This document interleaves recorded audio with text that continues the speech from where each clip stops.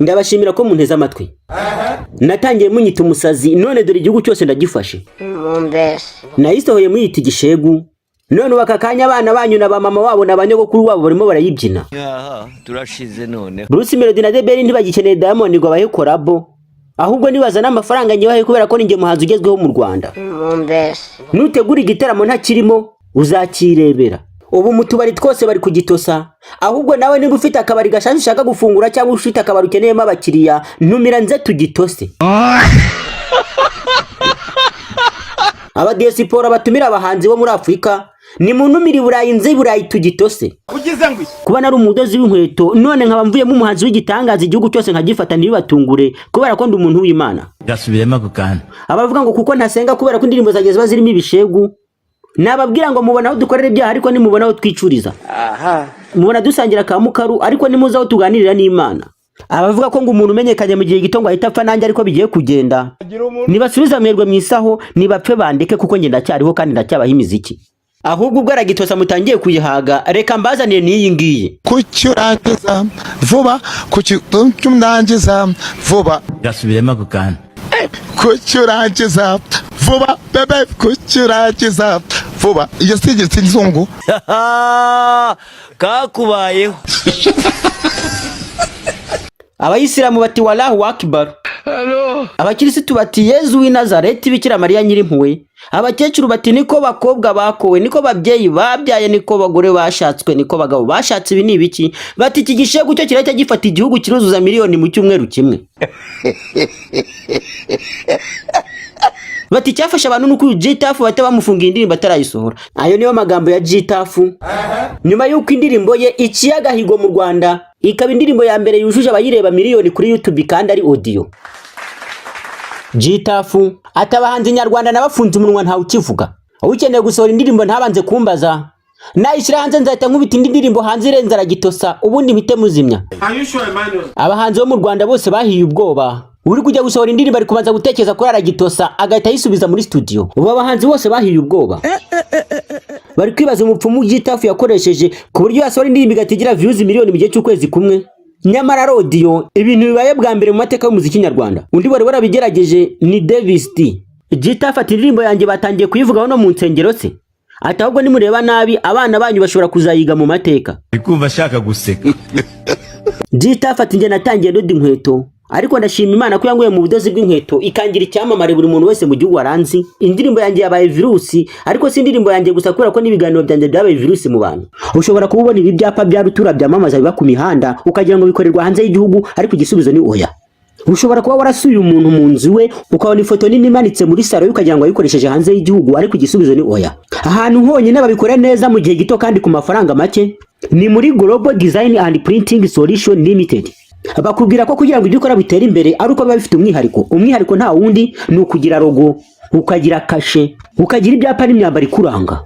Bakora banners, bakora flyers, bakora stickers, bakora pull up, bakora branding and design, bakora amafoto, bakora business card, bagakora imidari, bandika ku bikombe, bakandika ku macupa, bakandika ku t-shirt, bandika ku mitaka, bakandika ku magurude, bakandika ku matasi. Igikoresho cyose kibaho cyakwandikwaho bacyandikaho kandi ku mafaranga make. Umwihariko wabo nuko bashobora gukora ibyapa bya rutura kugeza kuri metero 3. Ibigo by'amashuri, ama equipe, amakampani akomeye mugomba kwibaza ngo mwari mubayeho mute mutaramenya Global Design and Printing Solution Limited. Bakwandikira ku mwenda cyangwa ku gikoresho cyawe bigasa nkaho wakiguze cyanditseho. Abakorera mu mujyi wa Kigali imbere y'inyubako ya City Plaza mu nyubako nshyashya ya Unify House muri foro ya 3 umuryango wa mbere uvuye kuri esanseri inyuma ya Tedemire. Abagane bakwandikire ku mwenda bagukorere logo, bagukorere kashe, bagukorere icyapa cyamamaza cyangwa se bagukorera afishe niba ufite igitaramo.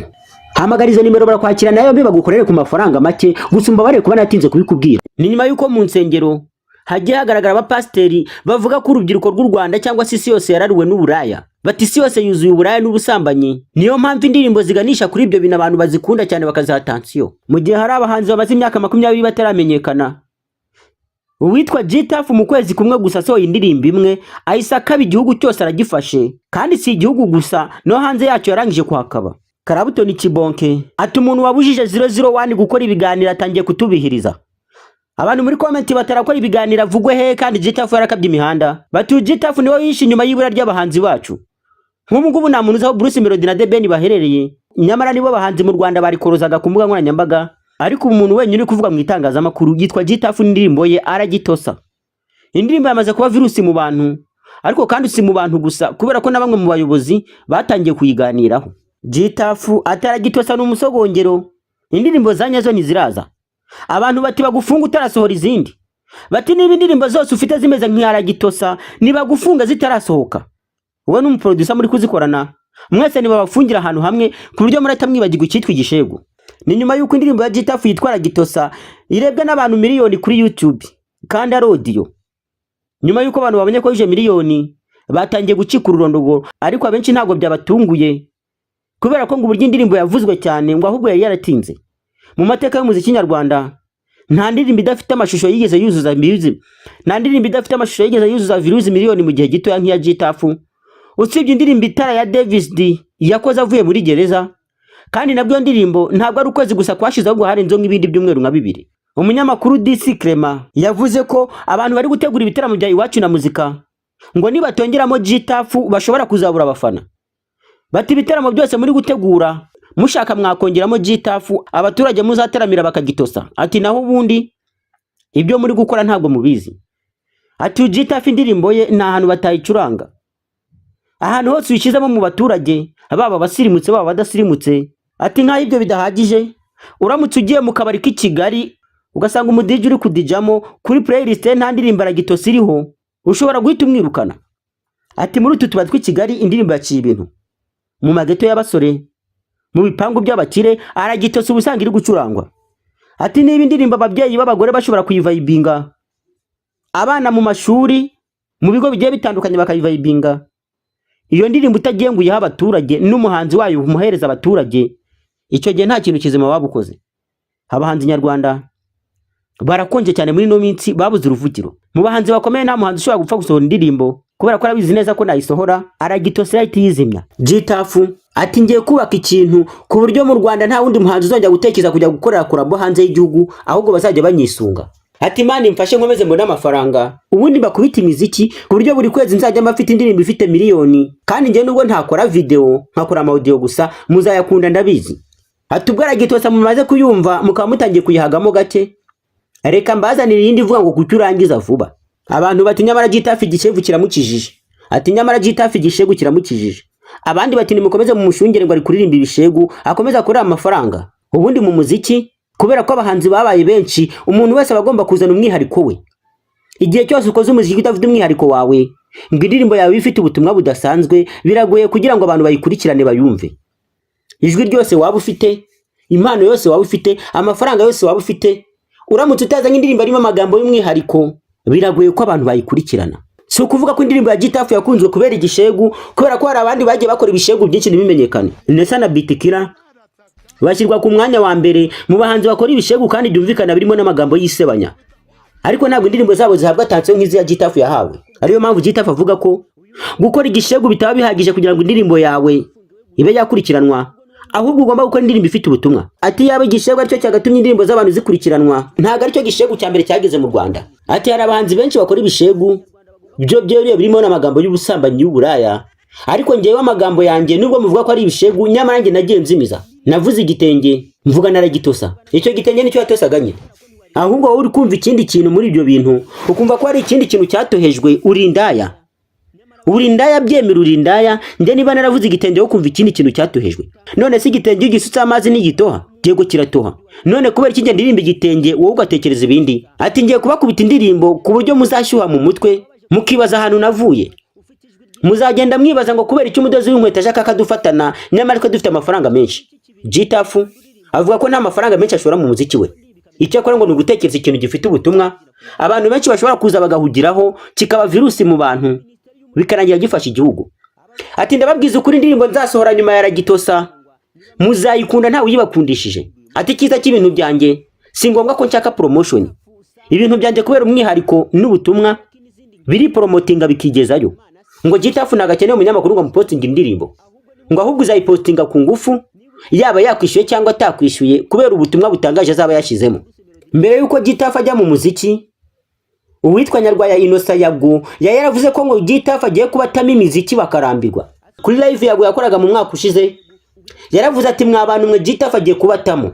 Ati Gitafu agiye kuba icyamamare, agiye gufata imihanda ya Kigali. Hadashize igihe gito ibyo Yago yavuze birasohoye. Abantu benshi bati Yago nyamara ushobora kubura umuhanuzi. Ubu mu Rwanda biragoye kubona umuntu utazi Gitafu.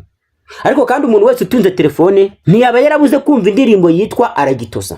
Uko byagenda kose yarayumvishe, nubwo wenda atayihaye agaciro ariko yamugezeho. Aragitosa ubu niyo ndirimbo iri kuza ku mwanya wa mbere mu ndirimbo zikunzwe mu Rwanda, haba kuri TikTok, kuri YouTube no ku zindi mbuga zigiye zitandukanye. Inkuru ni Aragitosa. Gusa kubera ko yujuje miliyoni, ubu abantu benshi bashobora kuba batagiye kuyibugiraho, ahubwo bakavugira ku kindi kintu gisha gishobora kuza nka saga cyangwa uruhererekane rw'andi makuru nk'amapuranka agiye kuza. Aragitosa nayo ikabigiye gutyo. Mbere yuko indirimbo Aragitosa iza, indirimbo yari hit ni Pompompo ya Bruce Melody. Gusa kuva Aragitosa yaza, Pompompo yahise isubira inyuma, hitangira kurebwa n'abantu bake, umuvuduko yari ifite wose uragabanuka. Abafana ba Bruce Melody bashinja Aragitosa kugumura abantu bagahita bareka indirimbo ya Bruce Melody. Ubundi Aragitosa bitaraje ngo indirimbo ya Bruce Melody nta kabuza ngo yari kuba ifite nka views miliyoni 10, ariko amezi agiye kuba 3 indirimbo igifite views miliyoni 7. Nyamara intego za Bruce Melody kwari uko indirimbo ngo igomba kurangiza amezi 2 byibuze ifite miliyoni 10, ariko Aragitosa ngo yaraje ihinduka nk'isuri ku ndirimbo za Bruce Melody. Abafana ba Bruce Melody bati Gitafu umwami ukorera azaguhembe. Bati nk'ubu ngubu wahise utuma campaign zose zakozwe mu kwamamaza indirimbo Pompompo zihagarara, kubera ko abatiktoka bahise bajya kukubwira indirimbo yawe kurusha uko babyinaga indirimbo Pompompo. Abandi bahanzi bari kwikamata bashaka gusohora indirimbo ngo bagomba gusanga Gitafu bakabanza bakamugisha inama z'ukuntu bayisohora, naho ubundi ngo barasohora ahita kubitira indirimbo ngo kucyurangiza vuba hanze abantu bongeye bayihugireho, izabo zihite zikwamaza ibe flop. Gitafu ati nge naje kubongamira abahanzi nyarwanda, usohora indirimbo ntabizi uwo nguwo aragatoye. Abantu bati bya Gitafu bizarangira gute? Uyu muhungu ko abanyarwanda bari kumukunda cyane, nyamara indirimbo ze ngo nta n'ubutumwa bwiza burimo. Umuntu wese wagaze mu gihugu cy'u Rwanda ukoresha imbuga nkoranyambaga ntashobora gusikororinga kuri YouTube inshuro 5 cyangwa kuri TikTok inshuro 5 atarabona notification y'indirimbo Aragitosa. Aragitosa mu minsi ya mbere gishyirwa kuri YouTube nko mu byumweru 2 bya mbere ntabwo yararebwe cyane, nko mu minsi 3 ya mbere igiyeho nta n'ibihumbi 100 yari ifite, ariko ukuntu yahise izamuka ikabikubise views miliyoni mu gihe gito nibyo byatunguye abantu. Ngo byatewe nuko abantu benshi bayiganiyeho, ariko kandi nk'umuntu wongerera Aragitosa agaciro n'umuntu wabaje ikibazo umuvugizi w'urwego rw'igihugu rw'ubugenzacyaha yitwa Emmy Kinege. Emmy Kinege ngo kwa yarabibajije RIB nabo bakayivugaho, byayongereye gukundwa ngo bino mu byagize uruhare mu gutuma igira views miliyoni. Gitafu we ubarica yaratuje ari gutekereza ikindi kintu yazana mu bantu kigahinduka virusi bakagikunda nk'uko bakunze Aragitosa.